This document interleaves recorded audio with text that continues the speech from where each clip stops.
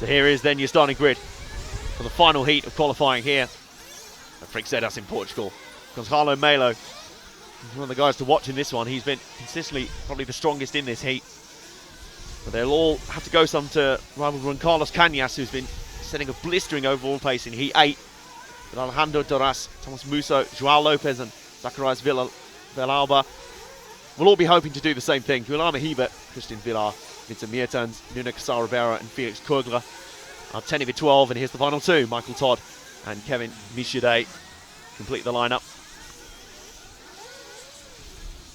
And this is probably, well, this will be the last heat of qualifying for the EFRA 1/8 Buggy B European Championships. From the very early start tomorrow, it'll be all about the racing. And these guys have one last shot here to really serve notice to the competition as to their chances of winning the trophy and what they have to everyone else. But remember, as I said, Juan Carlos Cañas has really been the one to watch. Out of Heat 8, he's running some super strong stints and laps. And the thing to watch closely for this one is to be if anyone can get onto that elusive 9 laps in 5 minutes target, because that has been a club not full of many people this weekend. And let's get ready to go. We're on the way. As I say, if anyone can hit that 9 laps in 5 minutes mark, they'll be right up there with the pace that Cañas has been showing this weekend. We straight away pick up car 2, Alejandro Duras, Spain. Interesting to see how the styles compare. It's a little bit of a scrappy start for him. He wouldn't wanted that. And that's the great thing about this qualifying style. You really have to nail it lap after lap. There is no one fast lap. You can't scrub off laps and go, nope, that doesn't count. I made a mistake. I'll have to go again. Doesn't matter.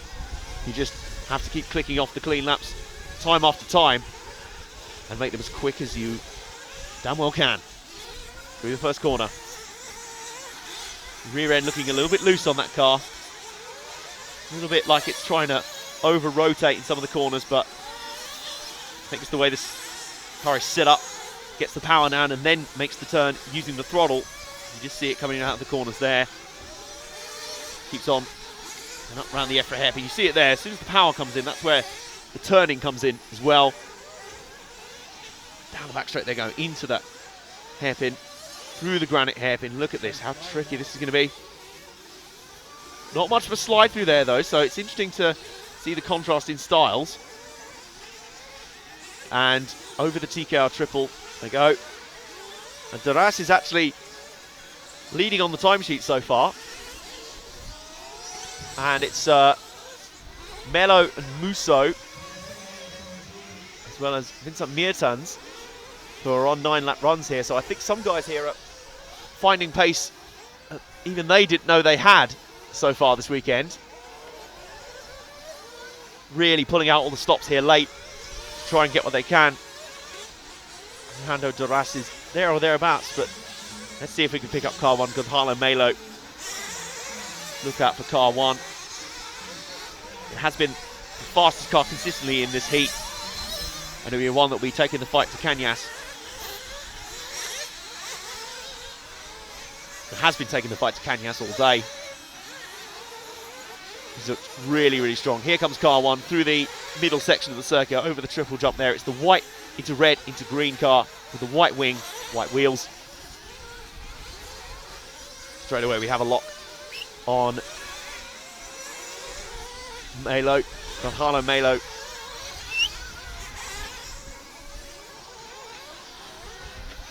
And Melo putting in some really, really neat and tidy laps here. Melo at the moment is looking like the fastest one here, but here's the tricky part for him. His predicted time for the session is still a good 8 seconds down on the best from Cañas. Where does he find that 8-second time, and where does anyone find that time really? It'll be difficult if we keep chipping away at it. The guys in the 9-lap bracket forecast for so are Alejandro Duras. That looks to be about it actually. The others have faded.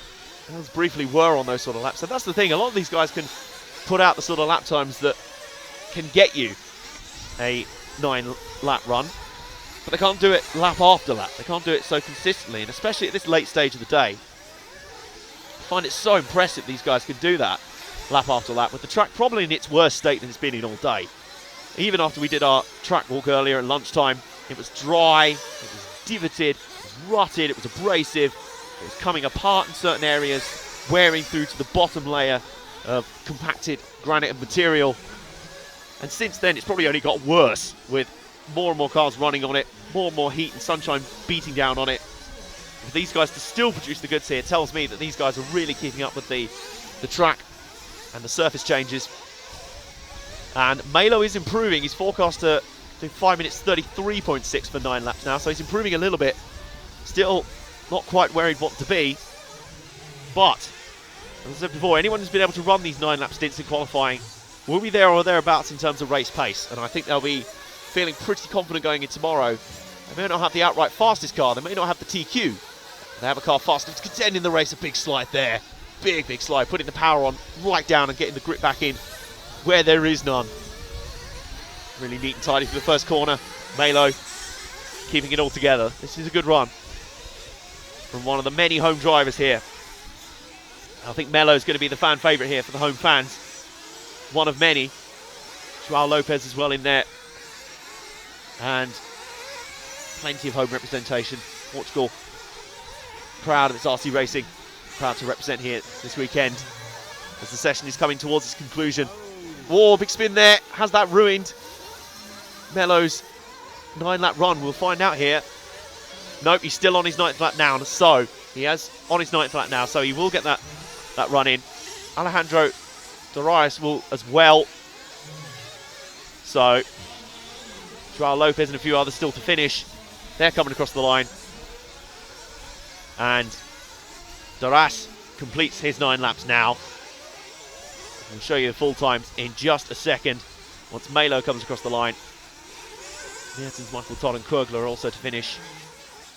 And any second now, Melo will conclude and will, as I'll show you on the results, just about to come up, will take out the session.